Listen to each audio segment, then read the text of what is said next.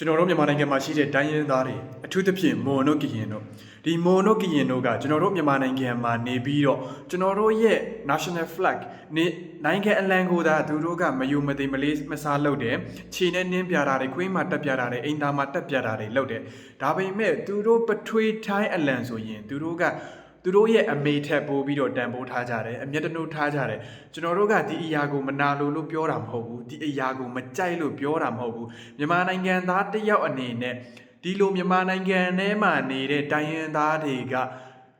ကကျွန်းတပေါက်စိတ်သက်တွေမွေးနေတာကိုကျွန်တော်တို့ကမကြိုက်လို့မလို့ပြောတာဖြစ်တယ်နိုင်ငံသားတစ်ယောက်အနေနဲ့ပြောတာဖြစ်တယ်ဒီနိုင်ငံမှာနေဒီရေတောက်ပြီးတော့ဒီလိုမျိုးလှုပ်ရက်ကိုလှုပ်တယ်ဆိုတာကကျွန်းစိတ်သက်ဖြစ်တယ်အဲ့ဒါကြောင့်ကျွန်တော်တို့ကအမြဲတမ်းပြောတယ်လူတွေမှာကမျိုးနဲ့ရိုးနဲ့ဆိုတာရှိတယ်ကျွန်မျိုးကဘေတော့မှကျွန်စိတ်မပြောက်ဘူးဆိုတာဒါကိုပြောတာဒီကရင်နေမိုးနေဆိုတာကအခုမှမဟုတ်ဘူးခေတ်အဆက်ဆက်ကျွန်တော်တို့ဘရင်နေလက်ထက်ကလေးကမြန်မာဘရင်နဲ့ထိုင်းနဲ့စစ်ဖြစ်တဲ့အချိန်မှာဒီမိုးနေကရင်တွေကထိုင်းဘက်ကနေပါပြီးတော့စစ်တိုက်ပေးခဲ့တာဖြစ်တယ်သူတို့ကအခွင့်အရေးတွေမရဘူးမြန်မာနိုင်ငံမှာသူတို့အခွင့်အရေးမရဘူးဆိုရင်ဒါစောက်တန်တွေကထွက်ကြတာသူတို့လှုပ်ရက်ကဘယ်လိုလှုပ်ရက်တွေလှုပ်ခဲ့တယ်အခုလက်ရှိမှာကောသူတို့ကဘာတွေလှုပ်ခဲ့လဲဆိုတာကြဘေးတော့မှပြန်ပြီးတော့မလေးလာဘူးမသုံးသပ်ဘူးအမြဲတမ်းသူတို့ကဘေးတော့မှမမှားဘူးသူတို့တည်တာအမှန်ဖြစ်တယ်ဒါကြောင့်ကျွန်တော်တို့ကမြန်မာနိုင်ငံသားတစ်ယောက်အနေနဲ့ဒီစကားကိုပြောခြင်းဖြစ်တယ်သူတို့ကအစိုးရကိုသာပုံကန်တယ်အစိုးရကိုသာတော်လန်တယ်မြန်မာနိုင်ငံကိုသာပုံကန်တယ်အခွင့်အရေးမရဘူးဆိုပြီးတော့ပုံကန်တယ်ဒါပေမဲ့သူတို့လှုပ်ရက်ကခေတ်အဆက်ဆက်မှာဘာတွေလှုပ်ခဲ့လို့ငါတို့ကိုဒီလိုအခွင့်အရေးမပေးတာလဲဆိုတာကိုသူတို့မတွေးဘူးပြီးရင်အရင်ကငါတို့ကမြန်မာနိုင်ငံအပေါ်တစ္ဆာမရှိခဲ့ဘူးတစ္ဆာဖောက်ခဲ့လို့ထိုင်းနေနဲ့ပေါင်းပြီးတော့တစ္ဆာဖောက်ခဲ့လို့ဗြိတိရှားတွေနဲ့ပေါင်းပြီးတော့တစ္ဆာဖောက်ခဲ့လို့ငါတို့နေရမရဘူးမှန်တယ်ဆိုတော့ငါတို့ကအခုချိန်မှာနိုင်ငံအတွက်ငါတို့လှုပ်ပြရမယ်နိုင်ငံအတွက်ငါတို့ကောင်းတာလှုပ်ပြရမယ်ဆိုတဲ့စိတ်ကြတော့မတွေးဘူးဒါကြောင့်မလို့ကျွန်တော်ကပြောတာလူတွေမှာကမျိုးနဲ့ရိုးနဲ့လာတယ်ဆိုတာဒါကိုပြောတာကျွန်းစိတ်တဲ့ကျွန်းမျိုးရိုးရှိတဲ့လူမျိုးကဘေတော့မှတခင်စိတ်မရှိဘူးဒီကျွန်းစိတ်ကဘေတော့မှပျောက်မသွားဘူးဒါကိုကျွန်တော်တို့ကပြောချင်းဖြစ်တယ်အခုလဲမိုးနေကရင်တွေကမြန်မာနိုင်ငံအလံကိုတော့သူတို့ကစော်ကားပြတယ်ဒါပေမဲ့ထိုင်းအလံကိုကျတော့သူတို့အမေလင်ထက်ပိုးပြီးတော့တန်ဖိုးထားတယ်ရတယ်လူတိုင်းမှာကကိုကြိုက်တာကိုလှုပ်ခွင့်ရှိတယ်ဒါပေမဲ့ဒီလှုပ်ရက်ရဲ့နောက်ဆက်တွဲအကျိုးဆက်ကိုလည်းလက်ခံရရမယ်လောကမှာကဗုဒ္ဓဘာသာတွေဆိုရင်သိတယ်အကျိုးအကြောင်းရှိတယ်ကိုကဒါလုပ်ခဲ့ရင်ဒီဟာခံရမယ်နောက်ထပ်ခရစ်ယာန်တွေဆိုရင်လည်းသိကြမှာပဲ international ရဲ့ prophet တခုရှိတယ်ကိုစိုက်တဲ့အပြင်ကိုရိတ်သိမ်းရတယ်ဆိုတဲ့အရာဆိုတော့လောကမှာကိုကြိုက်တာကိုလှုပ်လို့ရတယ်ဒါပေမဲ့ဒီကိုလှုပ်လိုက်တဲ့လှုပ်ရဲ့နောက်ဆက်တွဲအကျိုးဆက် impact side effect ကိုလည်းကိုယ်တိုင်ခံရရမယ်လက်ခံရရမယ်ကျွန်တော်တို့ကတော့မြန်မာနိုင်ငံသားဖြစ်တယ်ဗမာစစ်ဖြစ်တယ်နိုင်ငံကိုချစ်တဲ့သူတယောက်အနေနဲ့ကိုယ်နိုင်ငံကိုစော်ကားတဲ့သူကိုယ်နိုင်ငံအလံကိုစော်ကားတဲ့သူ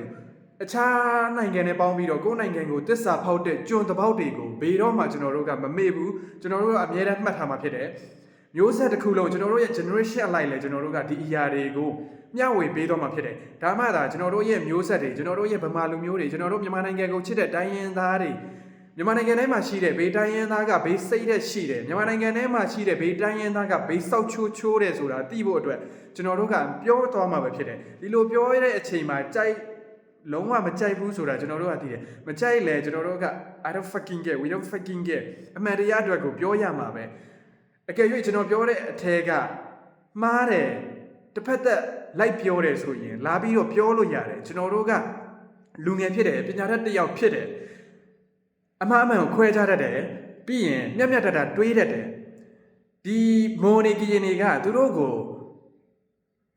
ုအခွင့်အရေးမပေးဘူးဆိုပြီးတော့အများတန်းပြောကြတယ်ကိုကကြတော့အဲ့လိုအခွင့်အရေးမပေးအောင်ဘာလို့ရက်တွေလောက်ခဲ့လဲဆိုတာသူတို့မသိကြဘူးအကယ်၍စဉ်းစားကြည့်လိုက်အခုထားလိုက်တော့မင်းတို့ရဲ့ကော်တူးလေမွန်ဆိုတဲ့ပြည်နယ်ထဲမှာဒါမြန်မာနိုင်ငံအပိုင်ဖြစ်တယ်နော်မင်းတို့ရဲ့ပြည်နယ်လို့ပဲလုံးလုံးသတ်မှတ်ပြီးထားလိုက်တော့မင်းတို့ရဲ့ပြည်နယ်ထဲလာတဲ့ဥမာအခုဆိုရင်မင်းတို့ပြည်နယ်ထဲကိုဘင်္ဂလားဒေ့ရှ်ဘင်္ဂါလီတွေဝင်နေတာမင်းတို့တွေ့လိမ့်မယ်ဆိုတော့မင်းတို့ပြည်နယ်ထဲမှာလာပြီးတော့မင်းတို့ကိုတစ္ဆာဖောက်ပြီးတော့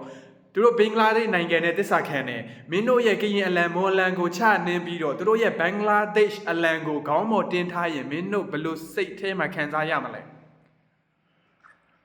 မင်းတို့ရဲ့ကရင်မြေမွန်မြေကိုဘင်္ဂလားဒေ့ရှ်စီမှာတွားပြီးတော့အနှံနဲ့ဘင်္ဂလားဒေ့ရှ်နဲ့အကျိုးတူလုံနေတဲ့မင်းတို့ကိုပုံကံပြီးတော့အကျိုးတူလုံနေတယ်ဆိုရင်မင်းတို့ဘလို့ခံစားရမလဲမင်းတို့ခံစားနိုင်မလားကြိုက်နိုင်မလား